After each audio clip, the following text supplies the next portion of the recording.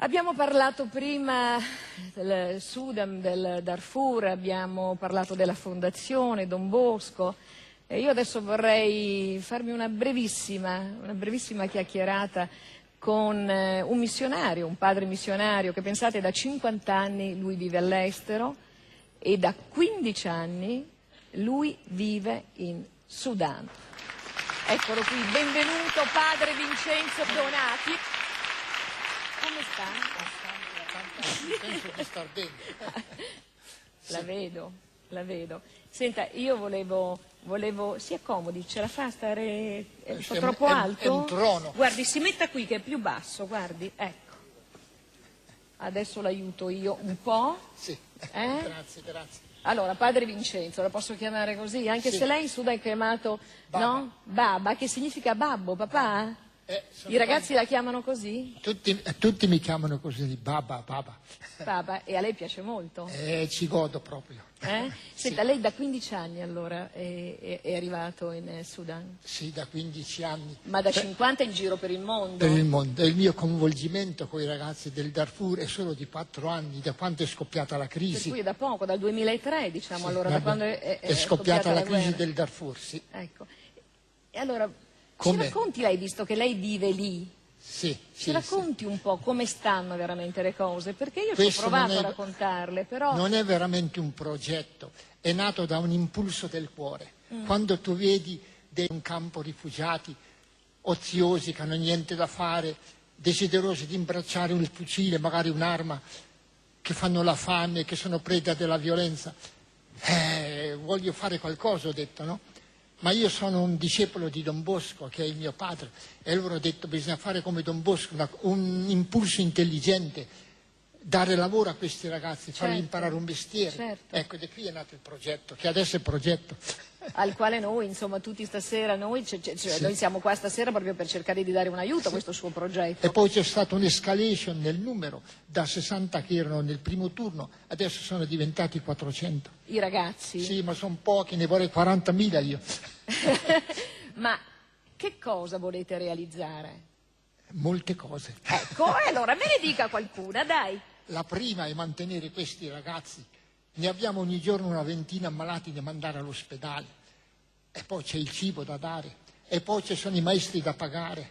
Ma poi vorremmo anche aumentare il numero e allora costruire di nuovo qualcosa. Insomma, venga a vedere. Io vengo molto volentieri, noi ce lo siamo anche detto ieri, no? Nel senso che noi allora con i soldi che riusciremo a ricavare di queste giornate, perché finisce il 26, io voglio assolutamente venire, perché io spero veramente di riuscire in questi giorni a incassare talmente tanti soldini che noi possiamo regalare, costruire queste scuole, che sono molto importanti, questi posti di lavoro, cioè insegnare a loro un lavoro, Un mestiere. un mestiere, per cui dei corsi di aggiornamento professionali, come lo vogliamo chiamare? Perché è un progetto di sviluppo. Di sviluppo. Individuale e anche sociale per tutta la zona. E poi anche delle case, perché sti ragazzi, questi profughi, dove li mettiamo a dormire? Che non hanno manco le case.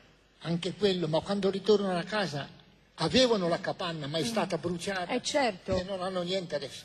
Il primo progetto è dare loro i ferri del mestiere. Queste cartelle, perché ogni ragazzo che finisce il corso, mi è stato detto, riceve un regalo. Pensate che cosa strana, loro regalano delle cartelle. E che cosa contengono queste cartelle? In inglese si dice toolkit, che sarebbe la cassetta degli attrezzi. Il kit, La cassetta degli attrezzi. Dipende dal mestiere. E cioè? Abbiamo 6 mestieri: meccanici, automeccanici, idraulici, muratori, elettricisti, eccetera. Ecco, ogni cassetta è diversa naturalmente, con diversi attrezzi. C'è un grande aiuto che ci viene, devo leggere, Sì, dalla prego. Banca di Credito Cooperativo, che io vorrei proprio ringraziare E di noi cuore. lo ringraziamo Non so se c'è qualcuno naturalmente, di questa banca. ringraziamo tutti quanti, altro che. Senta padre Vincenzo, come lo vede il futuro per questa gente e come vede il suo futuro dopo 50 anni? Sì, veda, io sono felice del lavoro che faccio. C'è della gente che si commuove vedendo il cielo, le stelle, la luna. Io so quando mi commuovo, quando vado nel laboratorio e vedo questi ragazzi che lavorano. Per me è una estasi, pensare al futuro di questi ragazzi che un giorno potranno fare una famiglia e mantenere i loro figli senza l'affanno del cosa si mangia adesso, È una grande gioia per me. Ma c'è anche un punto interrogativo. Cosa sarà di questi ragazzi nel futuro, dell'Africa nel futuro? Adesso c'è l'arrembaggio in Africa, tutti vogliono andare in Africa perché ci sono le grandi risorse e vanno per fare affari senza pensare al bene della gente. Ecco, ci sarà lavoro per essi? Questo Non è quello sappiamo. che tutti noi ci chiediamo.